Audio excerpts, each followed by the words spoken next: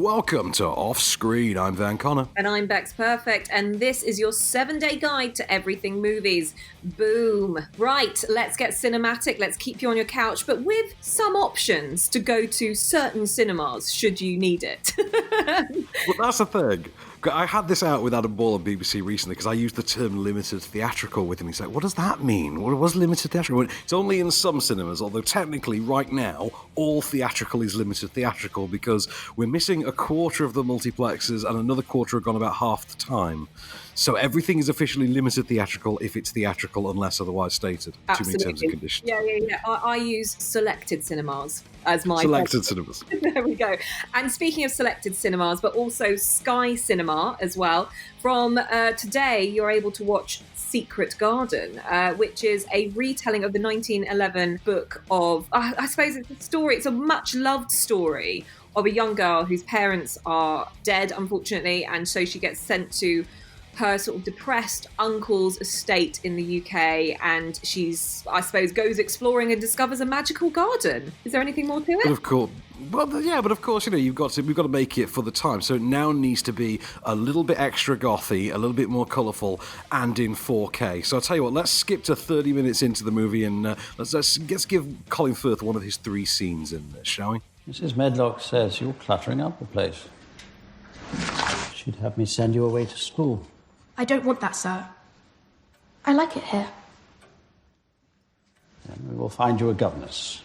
No, I've no need of a governess. I've too much to learn here at Misselthwaite, sir. This place has nothing to teach you.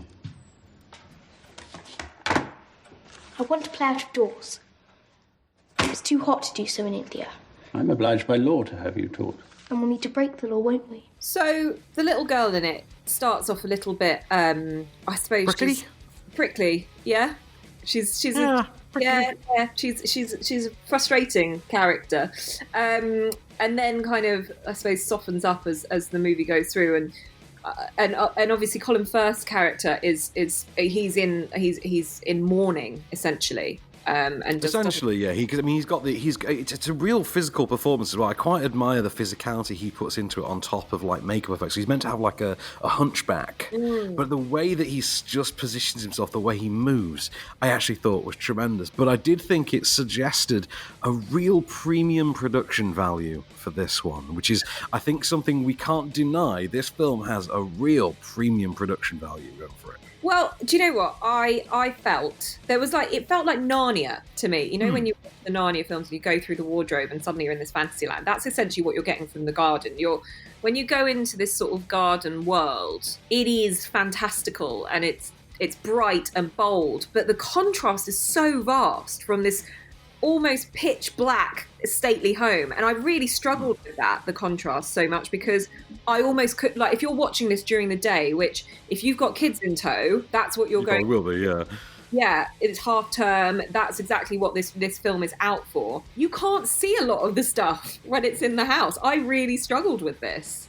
I think, to be honest, I mean, first of all, there's a sizable shift, because as I've always understood this story, first of all, you know, we got to talk about this in relation to the version that came before. This is the 4th adaptation. Yeah. The 4th cinematic adaptation of Secret Garden. The 3rd is essentially a beloved property now, and it's beloved by a very specific subset, a very specific age group of usually millennials who were between, I think, 5 and 15 in 1994. Anyone who sort of fell within that age bracket, that 1993 version is quite beloved. And that is generally regarded as being quite a good adaptation of the book. This does seem to take a couple of tonal liberties, namely in shifting what has previously been seen as the spiritual and shunting it more into the supernatural in terms of how tangible and how visually represented it is. Like, it's been pointed out to me by friends who are fans of the original that things that are implied, things that are seen as potentially psychological things in the book and even in other theatrical versions of this, here are played as if they are literal magic. Yeah. Which is, I think, a sign of the times that this is the first version we've had made since the YA genre, which admittedly skews a little bit older than this generally anyway, but since that's come to embrace magic and other worlds and things like that. Do you know what? I think it also fits into this cotton wool culture that we're in. Like, everything has to be laid out on a plate. Everything has to be like, oh, we can't put things up to, we can't put things to chance. We can't expect the children to make this up in their minds. Everything exactly that problem, in fact. Yes. Yeah, I'm with you on that. It's frustrating because sometimes the power of, and we talked about the film Rebecca on Netflix last week. You don't, yes. Not like always hearing about Rebecca, but not necessarily seeing her allows you to paint a certain picture of it. And I think you should always start with that tact from a young age, and we have a responsibility in those kind of films to make sure that you do that as well, so it feels like a much more intelligent film. I will say as well, I mean, there are performances in there that I think don't quite cut the mustard. Eden Hayhurst as Colin, for instance, is just, I mean, there's no way to say it other than, well, he's proper hamming it up. I mean, he's really going. I don't quite know how you would pull that off otherwise, but it just feels too loose and too elasticy, too camp a performance. It's too colourful and large a performance for what this needs to be. Yeah, it is too stage school in parts, I think. Yeah, it's grand, it's big, it's what? And you know what? Again, it's to do with timing. In 2020, I don't think that necessarily works. I think you could forgive in a 1993 version a bit of hamming up. But now, everyone's just that little bit more savvy. Child actors are a little bit more savvy. So if you bring it back to that, look, I think at the end of the day, I think we're kind of picking holes in something that fundamentally audiences, people with kids who are going to need something as a bit of a distraction and might say, hey, I loved this when I was a kid, why don't you enjoy this as well? Those kind of audiences will love it. They might show them the 1993 version, they might show them the 2020 version, but there's nothing wrong with this movie. It's just there's nothing wow about it either. I think that's it. I think it feels a bit basic. It feels a bit old hat. I mean, not to say that it doesn't look nice done with this particular colour palette and in HD and, all the latest bells and whistles, sure, but it is kind of like Rebecca in that you can watch this, sure. I don't think it's as good as the original, but if you've not seen the version, you could do worse than watching this one. Yeah. Fair enough. Can we go on to something that I think we can speak a bit more animatedly about? Let's talk about the big comedy sequel of the week. One of the big comedy sequels of the year, because we didn't even know this was coming particularly. We didn't know that this was coming until a month ago when it dropped, really. And it is, if anyone is wondering and doesn't know, oh, where have you been? Especially if you've not been reading the news in the last couple of days. Borat, subsequent movie film, and it is available on Amazon Prime from today. So interesting that this is going straight to Prime as well. I think that's the first point to make. Well, the thing is as well that Sacha Baron Cohen has in recent years really found his way into the highbrow American comedy cable kind of infrastructure. So his last series, This Is America, I think it was called, was done as an HBO show, I think. So he's and the beauty of once you're of being under the HBO umbrella is you can get away with a lot in the name of sort of good taste. I mean, there's pretty much only Louis C.K. who can't commit crimes in the name of HBO at this stage. But I know that was a really dark gag, and I should never have used it. But that's the thing. He's presumably had to take on some real insurance risks at the very least of this, because he's filmed a lot of this during COVID, would seem to be the case. Yes, and I was quite shocked about this. This very, very much is a movie for now. It's not necessarily a movie that in 5-10 years' time you're going to want to rewatch, but for now and what's going on and what we're living through, this is the movie you're going to want to see. So for those not, because we've got a clip and it's really dodgy as to whether or not we can play the clip. Like, I don't know if I can send this to the BBC later this week. Anyway, so the plot for those sort of uninformed so far involves Borat being released from prison for his crimes in representing Kazakhstan in the first movie. He is assigned by the Foreign Trade Ministry, who are basically representing the Kazakhstani government, to basically go to the US and present Mikhail Pence, the Vice Premier of the United States, with a gift which is going to eventually be Borat's teenage daughter, his 15-year-old daughter, played by, quote, unknown Irina Novak. Now, I say that because there is no record in the universe of an actress named Irina Novak. So this is going to come up as a gag at some point in weeks to come, I'm sure. We're going to hear something about this. And basically this then takes the form of another Borat-esque road trip, culminating in a series of, hidden camera skits, chiefly like this one in which Borat has accidentally fed his daughter a cake, complete with an icing baby on top, and she has the baby stuck in her throat, so they take her to an abortionist. So, yeah. She wants it out now, please. Right. Can you take it out? No, we cannot. What you say, take it out. Yes. You end that life. That life will die. Right, it's already dead. It's not living. No, it is a living, breathing life that God has created. I don't think he's breathing. We can show you that it's breathing. I feel bad because I was the one who put the baby in her. You don't need to feel bad. I was just trying to give my daughter pleasure, and next thing I know, there's a baby inside her. Mm-hmm. You keep calling her your daughter. Yes. Okay. Is he your father? Yes. This is your daughter? Yes. Okay. So cringe comedy I struggle with, okay, because and I'm sure, it's getting exactly the reaction from me that it wants from people. But I mean, both Van and myself, we texted each other straight after watching this movie once we received the screener for it. And we didn't love it, right? If we're being honest. No. We're a bit like, The more I think about it and the more I think about what it achieves, like that I love.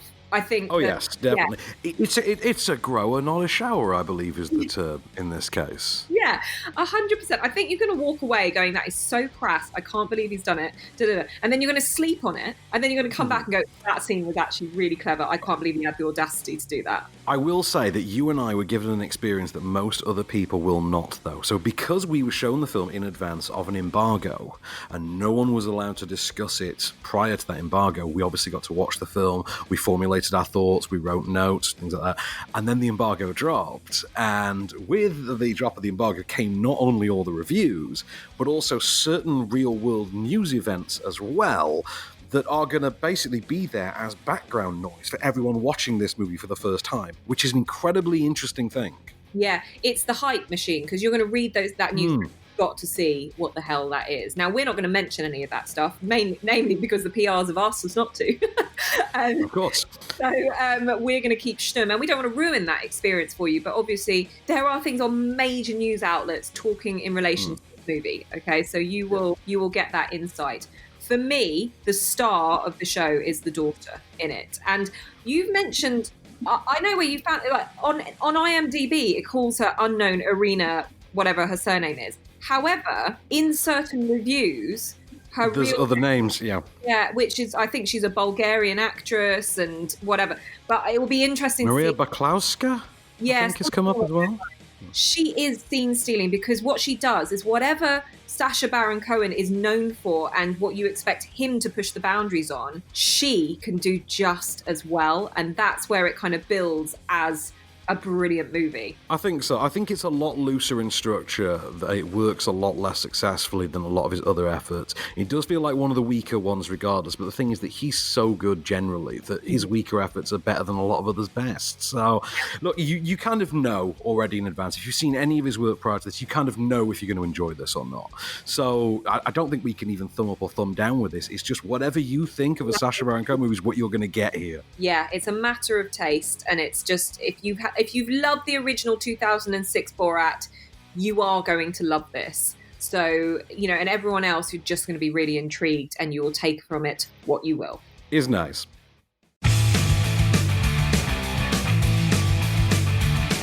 Welcome back to Off Screen. We are keeping you on the couch this week with more opportunities for you to watch great movies, but this time they're all on TV. So Freeview junkies, rejoice. These ones are for you. So we're going to kick off. Van, what are we kicking off with on Saturday, tomorrow night? What are we kicking off with? So Saturday night, 9 p.m. on 5 Star. This might be a controversial choice, but this is my favourite Martin Scorsese movie. Like, of all of his canon. Ooh. I know. It's a hard... How do you make the decision? But I've always gone for this because it's just the weird one. Like, randomly in 1990 or so, Martin Scorsese decided, the hell with it. I've always wanted to do a remake. I'm going to remake Cape Fear. And I'll get Robert De Niro to come along and help me. Because maybe if I can redefine what movie Psychopath looks like for 5 minutes, that'll just be a bonus win. So that's what you get here. If you've ever seen the Simpsons episode Cape Fear, in which Sideshow Bob stalks Bart to death, You've seen arguably the greatest parody you can ever do of this movie, and I think I saw that before I saw the movie. Oh my goodness, I remember that. That is like one of the Simpsons episodes that just stands out. Like it's so good, isn't it? It's the classic with the rakes. Anyway, so this is where all of that comes from. This is the lawyer played by Nick Nolte, who sent Robert De Niro down years previously. Robert De Niro was released from the penitentiary and sets out for revenge on his former counselor. So here's a clip of what's his name from? He's also in GoldenEye. Annoyingly enough, I will find out his name. Plays Wade in the Bond movies. This is him telling Robert De Niro to leave town, effectively. I've been in a real bad mood lately. It's a shame, isn't it? You know what you can do to brighten my mood? No. Get the hell out of here. I don't mean just this little town, I mean the whole goddamn state. I don't want to see you, I don't want to hear you, and I don't want to smell you. Now leave. Yeah, are you my friend? No, I'm not your friend. Oh, because I thought maybe you were my friend, because I like to plan my comings and goings with friends. But if you're not my friend, you're planning my comings and goings, I'd call that presumptuous. In fact, I'd call it downright rude. Because I ain't your porch baby, buddy. Well, gee golly gosh, I sure am sorry I offended you, you white trash piece of Ooh, I got the all over fidgets on that one. You really shaking me up. I'm shivering all over. Ooh. It was Joe Don Baker. That's whose name I couldn't remember. Joe Don Baker plays Wade in GoldenEye and Tomorrow Never Dies. For anyone who doesn't know what Van looks like when he suddenly has that realization of knowing a name that he's previously forgotten, I had the joy of seeing that realization play out during that clip. Yeah, Van was like literally pulling his hair out, going, I got it. It's amazing. You can tell from that clip, this is gold, this movie. This is, again, gold for a golden age. 1991, Juliette Lewis in her heyday, Robert De Niro. Oh, Jessica Lange. And the best part is it's because of where it's set, because it is set in the American South, so it has that, that lots of sweat, lots of linen kind of a look. Everyone's on steamboats kind of thing. Everyone has a fan and a mint julep to hand. You know what I mean? Everyone wears white sundresses, no matter how dirty they plan on getting that day. It is a very sweaty, kind of like reverentially sexy kind of a tone going on. There's a lot of Scorsese romanticizing the thrillers, or the deep South thrillers of the 50s, for instance, in this, I think. Yeah. And you know what? Like, when you heard from that clip, that performance from De Niro in it. Not a typical De Niro performance, I don't think. I think there's something takes him. It gets under your skin in this in a way. He's having some fun. He's definitely having a lot of fun in this. This is back when De Niro having fun still meant brilliance, rather than I'm going to have fun, but it means I don't get up from this armchair for 90 minutes. Or I'm having fun and it's called Bad Grandpa or whatever it is. Exactly. But alas, that's Cape Fear. I do think it's tremendous. Worth checking out actually for the opening titles with the Bernstein score and just there's a lot of really great stuff going in there. A lot of old school Hollywood filmmaking. Thelma Schoonmaker, I think, is still the DP on it, and Robert Donat as well makes an appearance. I think Gregory Peck's got a small cameo in there as well, sort of tying it back to the original. I think at one point this was meant to be a Spielberg movie, but I'd say absolutely check it out. This is a 5-star, 9 p.m. Saturday night. Perfect thriller. Yeah, brilliant. Okay, moving on to Sunday. We've got another goodie for you. I really like this. This is the 1995 Bond offering. It's on ITV4, 9 p.m. It is, of course, GoldenEye. It's one of the reasons why I love it is because of Tina Turner's theme music to this. Of course. Yeah, it's just amazing. But also... Do you know who wrote that, by the way? Who? That was written by Bono and The Edge. Why didn't they perform it? I mean, I love Tina. Let's be grateful they didn't. But yeah, Tina, yay. Yeah. But this time we see 007 along with Natalia Simonov travelling to Russia to locate a satellite nuclear weapon stolen by a former agent who Bond believed was dead. You don't like me, Bond. You don't like my methods. You think I'm an accountant. A bean counter more interested in my numbers than your instincts. The thought had occurred to me. Good. Because I think you're a sexist, misogynist dinosaur. A relic of the Cold War. Whose boyish charms, though wasted on me, obviously appeal to that young woman I sent out to evaluate you. Point taken. Not quite, 007. If you think for one moment I don't have the balls to send a man out to die, your instincts are dead wrong. I've no compunction about sending you to your death. But I won't do it on a whim, even with your cavalier attitude towards life. Now, there's a lot going for this. This is the first Bond after the longest break, I think, at least to date, in that franchise. Brosnan had meant to have taken over as Bond after Roger Moore, so he would have been stepping in 1987 in what would have become The Living Daylights. The film he was going to star in was still called GoldenEye. Now, it's never been confirmed, but the idea is that they shelved the idea of GoldenEye for 8 years until eventually Brosnan was free again, because it had been TV negotiations that had prevented him from taking on the role in the first place. This is the first Bond post-Cold War, so it's the first Bond that has to deal with, for instance, the former Soviet Union, and ex-KGB and ex-spies and the fall of the wall and things like that. It's also got, as you can hear from the clip there, Judi Dench, sorry, I'm catching my breath, Judi Dench as the new M, and she's obviously a direct reference to Stella Rimington, who at that point had taken over as head of MI6, and it was this great move for women in the world of international espionage because they finally had a female figurehead, and they were trying to work that into the Bond movie, and of course it was the 1990s, so political correctness had become a thing. So as you can hear in the clip, there's lots of talk about, misogyny and being a sexist dinosaur, and it all quite works because Brosnan's an all-round quite charming Bond, I think. He's actually one of my favourite Bonds. I really love his performances, and I've watched this, particularly around the time that it came out, I've watched this multiple times. I love the scene on the dam. It's a great opener, Yeah, that was a world record, I believe, when they filmed it. Oh, was it? I mean, there's so many things that go for it. It spawned one of the greatest N64 games that have ever lived. Excuse me, I think it formed the basis of the greatest N64. There's no one of about it. It was the N64 game. If you didn't have GoldenEye, you didn't have Jack. Exactly. But overall, there's so much going for this. Famke Janssen in this is brilliant as well. It's got a great cast. The reintroduction of these new characters, like you say, with Judi Dench, and also with Pierce Brosnan just stepping into the role. You didn't get the fanfare that we get now with a new Bond. There's not as much of the hype, but it was the perfect casting and worth the wait. There wasn't, and what they did with GoldenEye, using it as a sort of soft reboot of sorts, is something that became a sort of staple of one of the more directly comparable pieces to this, which is Doctor Who, because in the same way that Pierce Brosnan is kind of an all-round Bond, you wound up eventually with David Tennant, who was the all-round Doctor. There were little individual things that other Doctors did better than him, but he could do them all basically well enough. And they became very comparable for those exact reasons. The other thing I love about GoldenEye, of course, is Sean Bean as 006, because again, this is an idea that Doctor Who will eventually bring back, which is, right, now that we've kind of found our all-round one, our sort of commonplace, we all agree this is a perfectly fine one, let's see what the evil version looks like.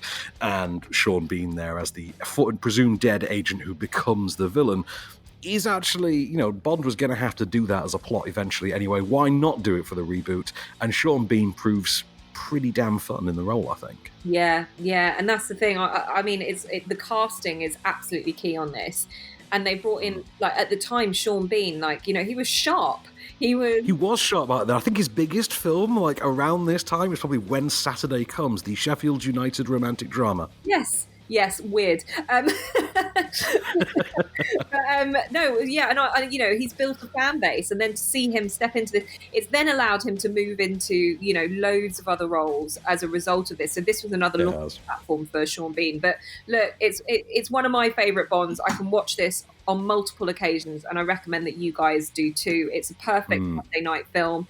ITV4, 9 p.m. Go and enjoy this 1995 classic. So let's go on for something of it's a cult classic now from 2014, Monday night, Sony Movies, 9 p.m. We've not got long to talk about it. It's The Guest, which was, I think this was, is it Adam Wynyard? I can never remember if it's Adam Wynyard or Adam Wingard. His effort involving Dan Stevens, who I think at that point was best known for Downton Abbey. Yeah. It's Adam Wingard. Adam Wingard will go on to the Blair Witch reboot a couple of years later. Dan Stevens is the recently released from the army soldier who returns to his fallen comrades' home to basically, pay his respects to his family. But you know what? It's a 2014 psycho thriller with some neon nights, a synthwave score, and lots of sexiness. So let's just let Dan take it away with his dulcet tones. Like I said, me and your son, Caleb, we were pretty close. I was with him when he died. Really? Yes, ma'am. And one of the things he asked was for me to check on y'all. You and your whole family here. He wanted me to tell you that he loved you. He specifically wanted me to tell each one of you that he loved you and he was thinking of you guys up until the end. I said I'd do that, and so here I am. Move over, baby-faced Matthew Crawley from Downton, and hello, the new Dan Stevens. I think this shocked a load of Downton fans. They weren't expecting such a juxtaposition to this incredible kind of sexy character that he played, because everyone, that's it, yeah. A fan base from Downton that were like in love with the dashing Matthew Crawley, and then now you suddenly get this and you're like, whoa, what's happened? And it's the perfect thing for someone that was in a series to make a jump so different, to put him on the map in a completely new way. As well, you had Micah Monroe, who I think at that point, this is her first role outside of It Follows, which had opened not long before, and then she follows this up with what will turn out to be the career-killing decision that was Independence Day Resurgence. But she's actually quite good in here. There is something of that sort of Claire Danes archetype to her, with a little bit of like Reese Witherspoon in Fear at the same time. Like, she's innocent, but a bad girl at the same time. Like, they wouldn't wonderfully juxtapose it in her. She's great fun in it. But like I say, the movie is just pure filth. It is one of the... It's just, you know what? I tell you what, we've got 5 minutes silence. Throw a bit of neon in there. Ooh, you hear that? Do you hear those gaps between conversation? Give me some synthwave, pound it through there. Come on, I want to vibrate the clothes off everyone in that audience. That's what kind of a movie it is. It's a very, very sexy movie. Yeah. But I mean, it is kind of a slick, stylish psycho thriller. It's not going to reinvent the wheel, but it's going to look good and have a damn good time doing it. So that's The Guest, Sony Movies, 9 p.m. on Monday night. It's a tight and tidy film. It's not too long. It's on at the perfect time of night. Do check it out. Just treat yourself. You know, have a nice bath, pour a glass of wine, settle down for some sexy Dan Stevens psycho thriller action. Couldn't possibly go wrong.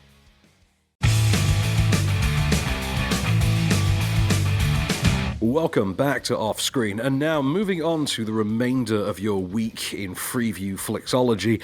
Let's go to Tuesday. This coming Tuesday, that'll be the 27th of October. We're creaking closer towards Halloween. Obviously, it looms ever nearer. Not that it'll be much caught this year. We were supposed to have, a new Candyman and the return of Michael Myers. And yeah, remember that? That was going to be a thing. Yeah, and I really liked the new Candyman trailer. I thought, well, we would have known what the crack was with that by now in a better timeline where we weren't run by shaved apes. Anyway, let's talk then about a horror sequel that should hopefully at least pass 95 to 100 minutes of pleasant enough slasher time for you on 5-star, 9 p.m. on Tuesday night. It is the little forgotten but incredibly amusing horror sequel, I Still Know What You Did Last Summer. Not to be confused with the disconnected threequel, I'll Always Know What You Did Last Summer, which I've never seen. I was going to say, does that actually exist? It does exist. I've never seen it. I'm sure there's a fourth one that has a different title as well. But this is the one where Jennifer Love Hewitt and Freddie Prinze Jr., having survived the events of the first movie, have, gone on with their lives. She's gone to college where she's roommates with Brandy, and they go off to an island resort together for a weekend, taking Brandy's boyfriend, Mekhi Phifer, along for the ride, and a sort of would-be love interest for Jennifer Love Hewitt, because she's a bit estranged from Freddie Prinze Jr. at this point. And then, wouldn't you know it, old Hook Hands, is he Hook Hands in this one? Is he a fishing hook? Yeah. Old fishy hook man turns up on the island and starts doing in the natives and the staff of this resort, which brilliantly includes a very, very stoned Jack Black, but nothing quite as much fun as how they do away with the wonderfully charming Mekhi Phifer.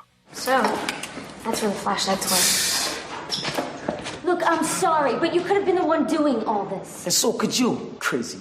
Hey, you're the one who broke into my hiding place. I'm sorry. I must have missed the sign. Excuse me, but this place didn't have a murder rate until you people showed up. Who's doing this? Boy, here we go. Look. Don't even get us started, all right? It's a long story, and you probably won't believe a word of it anyway. All I know is that this is the worst vacation of my whole life. I'm tired, I'm hungry, I'm horny, and personally, I haven't seen one goddamn psycho killer. Oh, Oh dear, poor Mackay. It's hardly Deep Blue Sea, is it? It's hardly Sam Jackson in Deep Blue Sea, that moment. Oh, it's not quite his greatest scene, I suppose, he's ever done. Listen, this is the 90s through and through. You've got Freddie Prinze Jr., this is like stalwarts of it. Mackay Pfeiffer, Brandy. I haven't heard that name in 20 years.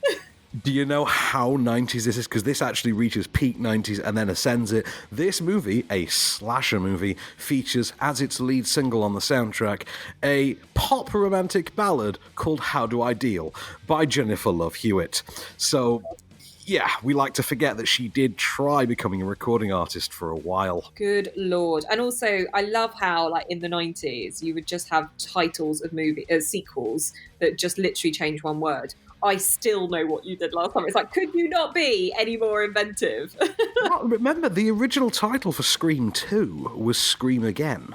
So when they changed Scary Movie to Scream, it was going to be Scream and Scream Again. And I think Scream 3 was meant to be Scream Louder or Scream Loudest or something like that. But yeah, they had experimented with this. Yeah. But anyway, it's complete crap, but it's enjoyable crap. It's a standard slasher movie piece of crap, you know what I mean? Yeah, but it's great 90s crap. This is the thing. Exactly. Like, that's exactly perfect for what you want to be watching on telly. So midweek, Tuesday, right? 5-star. 9 p.m. If you have finished work or had a long, hard day at work, this is exactly what you need to unwind. So just go and enjoy it for what it is. Yeah, of course. Right, Wednesday then, 28th of October, Paramount Movies, 11 p.m. A bit of John Carpenter goodness. This is not John Carpenter's best movie, but it is one of his most iconic. This is the introduction of Kurt Russell to the cinematic landscape as Snake Plissken, the legendary outlaw who is harangued by a fascist totalitarian government to break into New York, which is by this point in the future a penal colony, to rescue the president, whose helicopter has crashed amidst the warring gangland chaos. I have a deal for you. You receive full pardon for every criminal action you've committed in the United States. It was an accident. About an hour ago, a small jet went down inside New York City. The president was on board. President of what? That's not funny, Pliskin. You go in, find the president, bring him out in 24 hours, and you're a free man. 24 hours, huh? I'm making you an offer, straight, just like I said. I'll think about it. No time. Give me an answer. Get a new president. I don't think there's a more iconic photo of Kurt Russell than with an eye patch and like an AK-47. Absolutely, yeah, that is the thing, isn't it? But then again, you look at the cast of this, this is made in about 1980-ish, like it's released in 81. You'd imagine this toured like the Underground Festival scene for 6 months, something like that. The cast on this for the time, okay, so it was like Lee Van Cleef, Ernest Borgnine, Donald Pleasance, Isaac Hayes, Harry Dean Stanton, Tom Adkins, Adrian Barbeau. There's a hell of a roster in there. They did kind of go down the same route with the sequel in 1996 when they started getting people like Pam Grier and Steve Buscemi, Bruce Campbell into the mix as well. But you can't top Escape from New York. It is, it's the finest hour for Snake Plissken. We keep getting threats of remaking it with people like Gerard Butler, and I'm sure that will happen one day. I think Lee Whannell is currently attached to it. But it's Kurt Russell at his peak coolness. It is a tidy 99-minute sci-fi thriller, and it's just classic John Carpenter filmmaking. Check this out, 11 p.m. on Wednesday night on the Paramount Channel. You will not regret this one, I think. Yeah, I think this one will... if anyone likes like Big Trouble in Little China... yeah, it's that kind of early, like 80s kind of trashy, fun film to watch. So yeah, I'm with you. I think that's gonna be a hell of a lot of fun. Okay, let's move on in time, shall we, to 2014. Because if I name this film, you'll kind of think back to the more classic Sissy Spacek version of it, which the Brian De Palma, classic that was, yeah. On your Thursday night on 5-star at 10 p.m.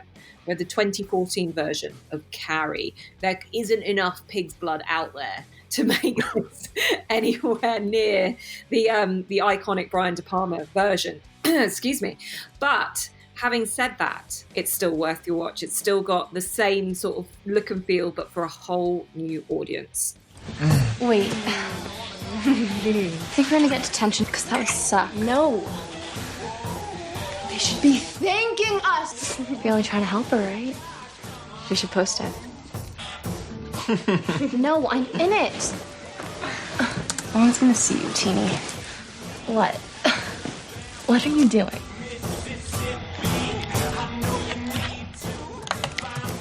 Carrie? White. Favorite movie? Bloodsport. Favorite drink?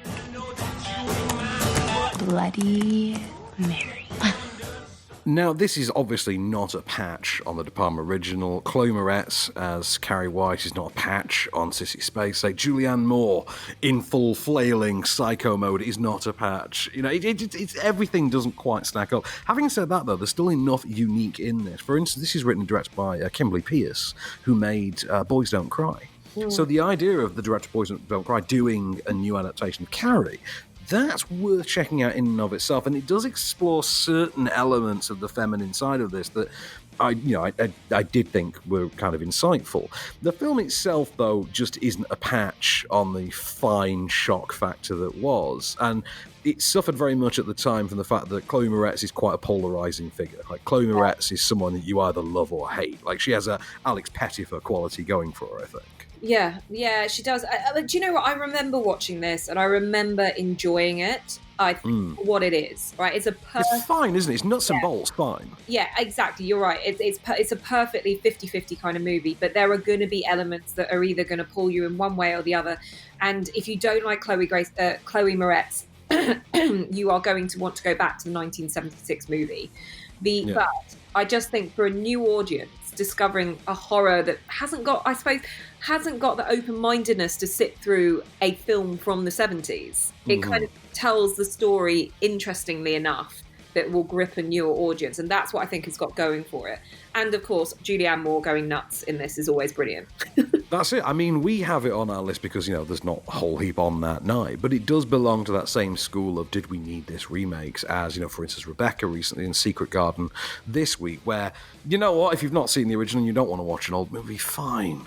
But, you know, just accept that you are getting a slight reduction in quality, even though the elements are there for something bigger. Find out for yourself either way. Thursday night, 5-star at 10 p.m. But sticking with the horror theme and sticking with Stephen King even, Friday, the 30th of October, this will be our last hurrah before Halloween, really.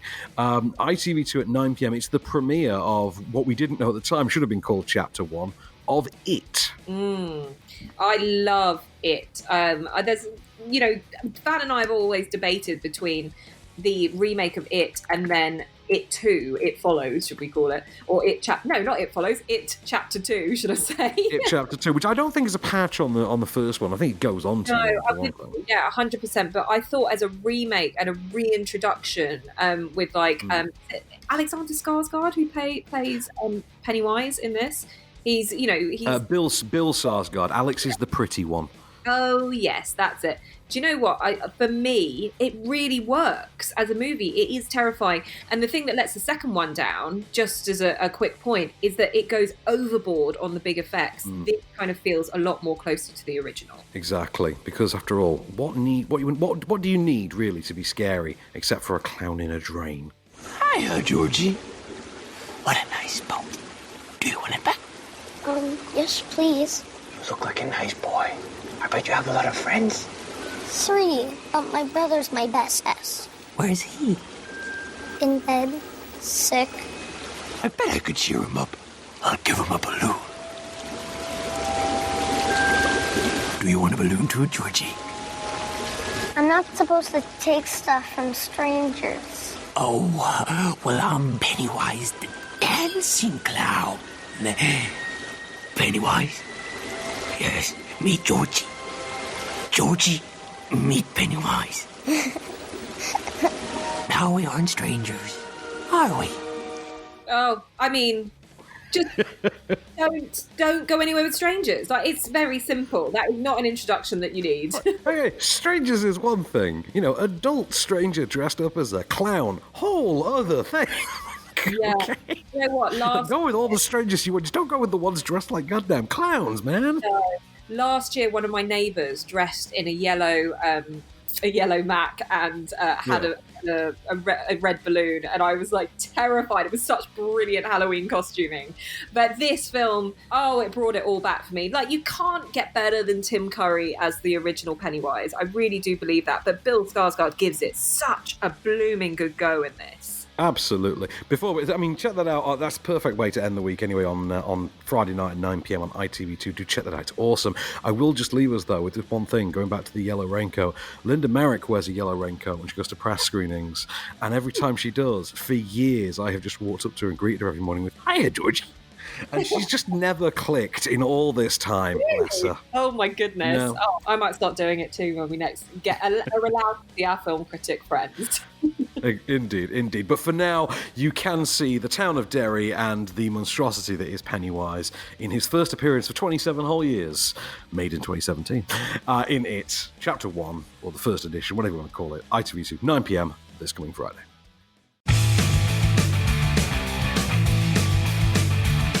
Welcome back to Offscreen, and for our last little foray with you this week, we are going into the world of DVD, Blu-rays and streaming, of course, and we are kicking off with something that is available from Monday. It's got an odd title. I have no idea what it's about. I'm hoping that Van can enlighten me. It's called The Other Lamb. What is this? It's a Shaun the Sheep prequel, of course it is. What else is it going to be? Anyway, no, The Other Lamb, which is a new movie from, I'm going to have to remember how to pronounce her name, it's Margazota Samowska. I reviewed this last week in print, but for theatrical and streaming. So I think it was out through Mubi last Saturday. It's now getting released on DVD and Blu-ray this coming Monday the 26th. It stars Raffi Cassidy from Tomorrowland. She's, one of those up-and-coming young actresses, about 14, 15 at any given point, but not quite old enough to be in serious dramas as yet.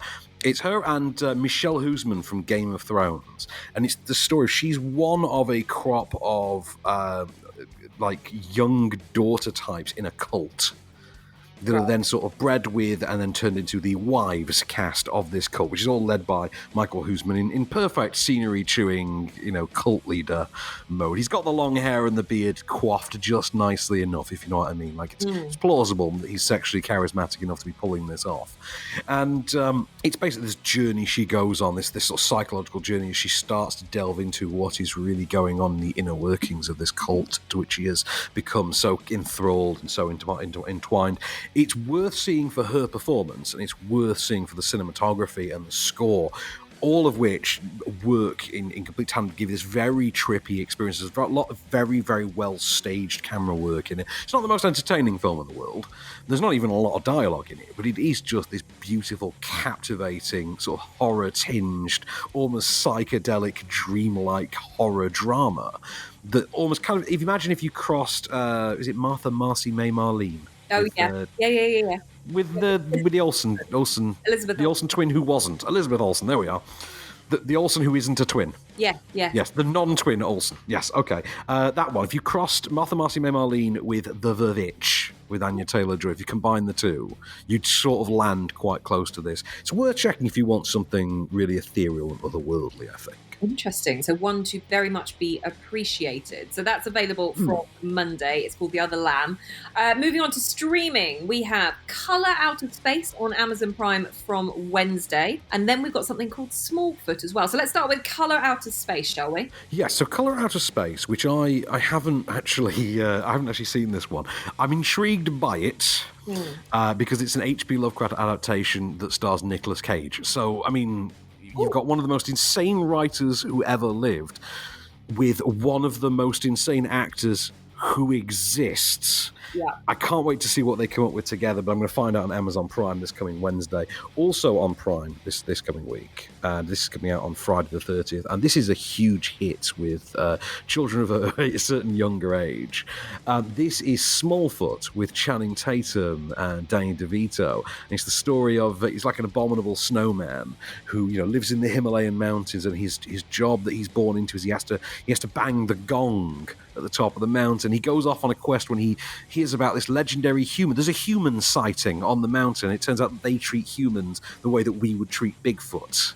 And that's the journey. And it's got Danny DeVito in these comedic asides as Channing Tatum's, dad, who wants nothing more than to train him in how to bang a gong.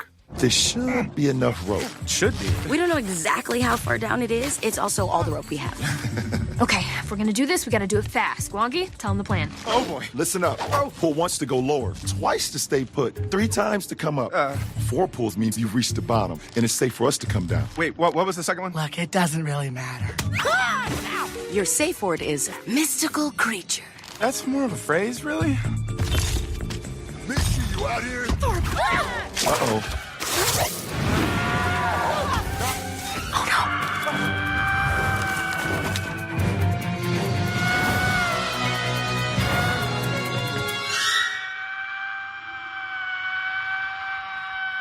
I have to say, on this, I remember watching this at a screening and really enjoying it. I think it's a really good little animated movie. And I think you were in the screening with me on this. I think we went together for this. I think we did with this one. The thing is, because there's 2 of them. There's a Deep Impact Armageddon scenario going on. We had Smallfoot as the Deep Impact, then you had Abominable as the Armageddon. And Abominable is a lot more touchy-feely one. The very much more... That was DreamWorks, and it was a bit more Pixar level in terms of how emotional it wanted to go. But this is the one that had James Corden, Zendaya, LeBron, Gina Rodriguez, people like that doing the voices in it. Yeah, and it was a lot of fun, and you probably could tell that from the clip. Look, it's half term. This is a great thing to kind of have out, and it's coming in the kind of the end of half term, really. But if you're really struggling to know what to do with the kids, at least that suddenly this comes out of nowhere on the Friday, and you can go and watch that. It is, because it's a very wintry family comedy as well. It's all kind of snowy mountains and things. So it's a very, now that winter's starting to arrive, kind of animated romp. It's worth checking out. I don't think it's obviously not as good a movie as Abominable, but Abominable, had both me and my flatmate in absolute hysterical sobs, as we were watching it. We were very hungover at the time, in our defence, but I think I did watch this one with you, and I don't think I cried quite as much in your presence as I did. You did a Marley, you just cried your eyes out, I'm sure. Alas, I think that winds us down nicely for the week, but there's loads of stuff going to be coming out for us to cover next week in various little pockets. I know we've got The Witches, which might fall through the cracks. The new version of The Witches is upon us. That's going to that's going to rental with Warner Brothers, isn't it? Yeah, I think it is. But I'm intrigued to see how that one plays out. I'm a massive fan of the original, particularly because of the practical effects elements. And I'm not convinced by the trailer on this one. So we'll have to just wait and see. Van's a little bit more open-minded than I am. I'm like, don't touch. But I don't. It's like Secret Garden. I'm not as attached to the last version as everyone else seems to be honest. What else we got? The Craft is back this next week as well. Yes, The Craft Legacy, again touching a movie that I love from yesteryear. I'm a little bit nervous about that, but we'll have to wait and see how that one plays out. I mean, it's Halloween, guys, so we'll come back to you with some spooky pickings for the week ahead. But in the meantime, if you are out and about and able to pop into London, you might see a very oversized Borat sailing down the Thames. I hear, yeah. So if you haven't managed to, if you're in anticipation of checking out the movie, you can maybe get an idea as to what it's all going to be about when you see a guy using his mask in quite the wrong way as he sits in a Jeff Goldblum pose sailing down the Thames on a boat. But that is the big movie of the week. We'll leave you with that. For this week, this has been Off Screen, and I've been Becks Perfect. I've been Van Connor, and we shall return.